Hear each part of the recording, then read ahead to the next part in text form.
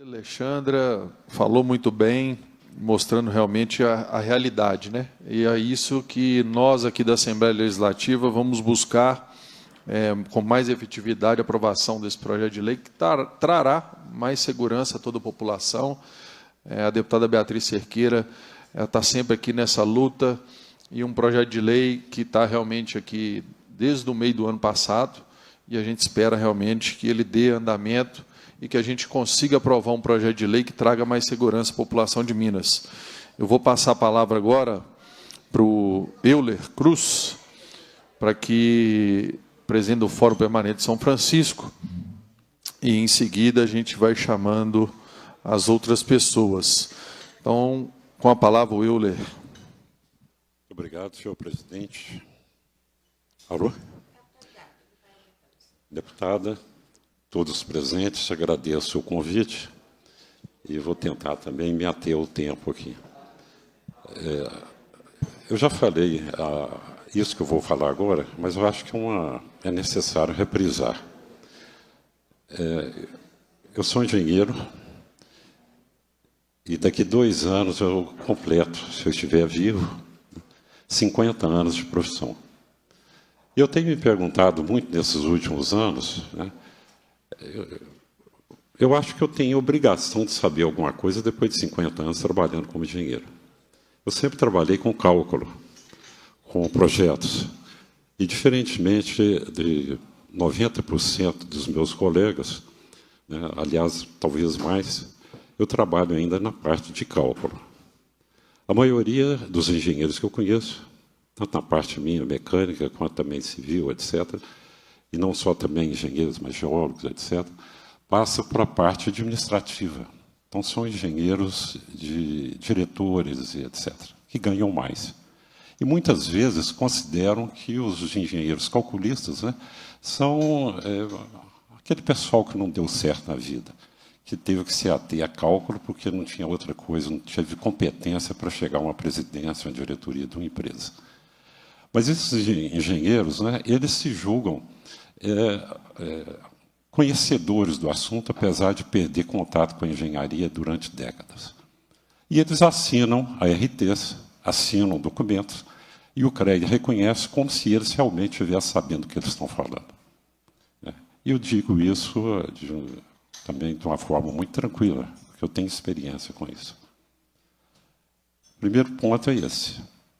E eu fiquei me perguntando, realmente, se eu sabia alguma coisa, de que é que eu sei depois de 50 anos.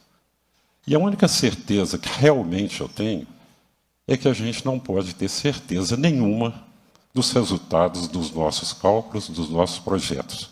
A gente tem esperança de que dá certo. Por melhor que seja calculado, e muitas vezes não é, por mais que a gente tenha cuidado, e muitas vezes não se tem, por mais que as pessoas que façam os cálculos sejam competentes e honestas, mas muitas vezes são pressionadas de cima para que façam coisas de acordo com a necessidade, com a vontade daqueles que estão na direção, a gente sempre comete erros. E erro, eu já falei aqui, é a coisa mais fácil que tem de ser feita no mundo. O difícil é acertar. Erro a gente erra o dia inteiro, toda hora está errando. E muitas vezes, né, o documento, quando ele vai para a análise, né, a pessoa que está analisando não tem também aquela experiência necessária para dizer se está certo ou não. Mas tem mais ainda. A gente não tem acesso aos cálculos que são feitos pelas empresas, né, com relação às barragens, às pilhas. Ninguém sabe o que está feito ali. Já tem uns 3 ou 4 meses que nós, do Fórum São Francisco, nós estamos pedindo acesso à ANM aos cálculos das barragens, cálculo hidrológico, para saber qual que é o evento extremo de chuva que está sendo considerado. A ANM diz que não pode responder, que não tem gente para acessar isso, que não tem o documento, que não é de competência. Já mandamos vários e-mails, né? Agora estou querendo chegar ao diretor da área, o senhor Paniago. Ou seja, nós não sabemos o que está sendo calculado. Não temos acesso, não tem jeito da sociedade controlar. A própria ANM não sabe recebe o documento, quando recebe, engaveta e aquilo fica ali. Então, essas pilhas, será que alguma foi calculada? Quem que calculou? Qual que foi a eficiência do cálculo? Fator de segurança, como foi citado pelo Bruno aqui, e outras coisas.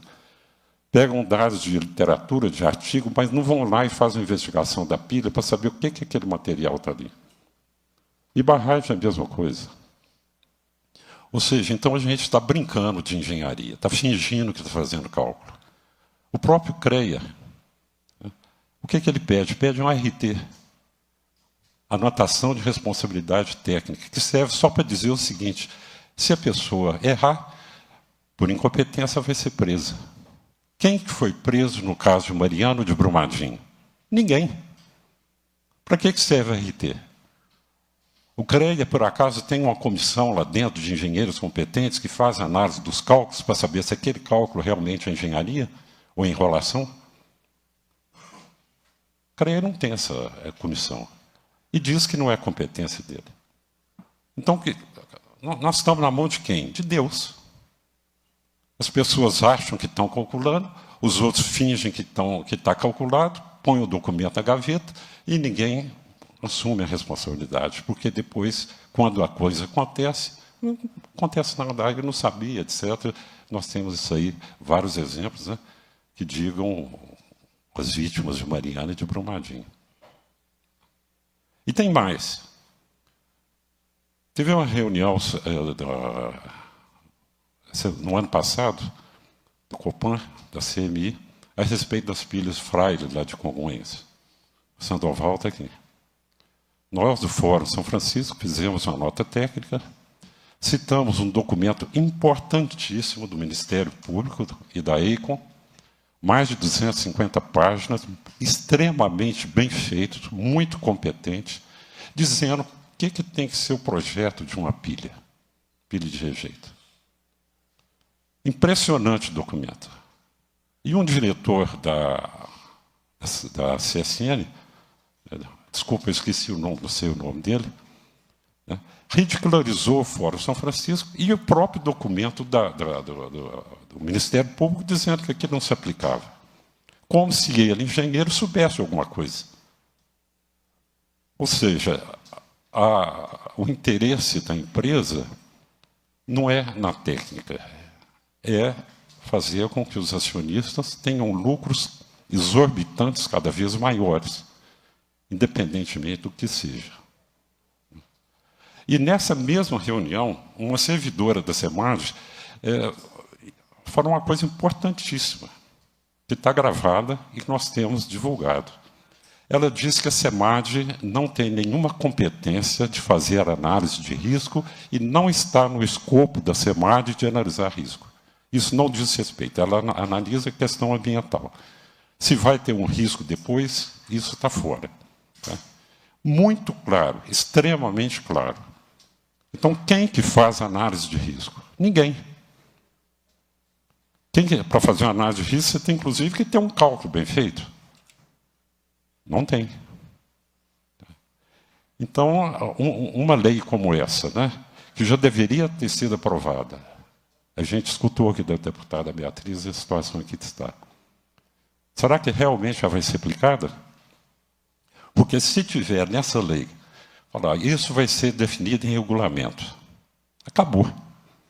Nós vimos na Lei Mar de Lama, a importantíssima Lei Mar de Lama, tinha regulamento, por exemplo, da caução.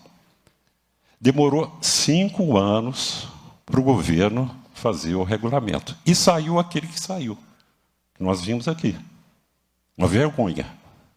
Já está em investigação pelo Ministério Público, né? Também já está desde o ano passado em investigação, para saber o que aconteceu que o governo conseguiu fazer um regulamento daquele. Já apresentamos aqui. Então, se essa lei estiver citando regulamentos, ela não vai ser efetiva. Ela tem que ser definida no texto da lei. Porque da parte do executivo não podemos esperar nada, pelo menos desse executivo que a gente tem aí. Essa é a verdade. Né? Tá, então, vou concluir apresentando que eu gostaria de colocar aí desculpa, uma apresentação rápida.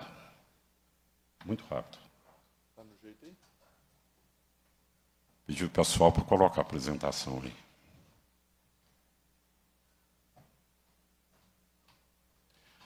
Bom, a próxima aí. Aqui.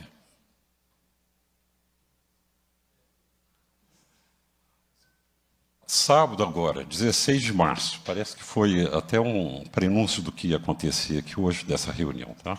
Lá em Itabira, 12 horas, teve um desmoronamento do talude da mina do meio da Vale, em Itabira. Tá. Então tem aí, aliás, tem que voltar aqui para ver se o vídeo apresenta, né? Como é que volta aqui? Aquilo foi filmado, é um vídeo de um carro, estava passando, e nós vimos lá poeira, ou seja, nem chovia, não estava chovendo na hora. A pilha desmoronou, uma parte da pilha. Tá?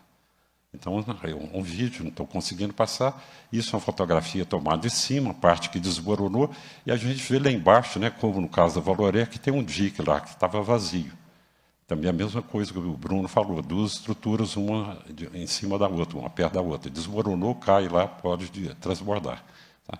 Então, aquela parte lá, que está mais à esquerda, né, e vocês podem ver que a direita também mais claro, a pilha está toda erodida, uma pilha antiga. Tá? Aqui a foto é a mesma. Ali também está mostrando mais o desmoronamento, nós vamos dar um zoom. Até quem não entende de pilha, olha isso aí, os taludes verticais. A parte que desmoronou. Isso é uma vergonha. Desculpa o termo, mas é uma vergonha que uma empresa como a Vale deixe uma pilha dessa dentro de Itabira chegar a esse ponto. Totalmente abandonada. E aí podem dizer, não é um pequeno desmoronamento, é um pequeno câncer. Quem diz o que está debaixo dessa pilha, o que vai acontecer a próxima vez? Então, a gente tem perguntas para fazer. Né? Um dos comentários que eu vi na rede social está lá, pilhas abandonadas, com erosão, acabando com os taludes e com os sistemas de drenagem, taludes verticais, com mato consolidado, tem que haver um descomissionamento de pilha. Mas como? Tirar a pilha e colocar onde? Nós já estamos tirando barragem e colocando a pilha. Vai tirar a pilha e colocar onde? Se uma pilha que é da Vale, uma empresa que é grande, que todo mundo conhece a Vale, né? Que tem muito recurso e tem experiência. É a Vale de Brumadinho, a Vale de Mariana, a mesma Vale. Está 83 anos que ela está em Itabira.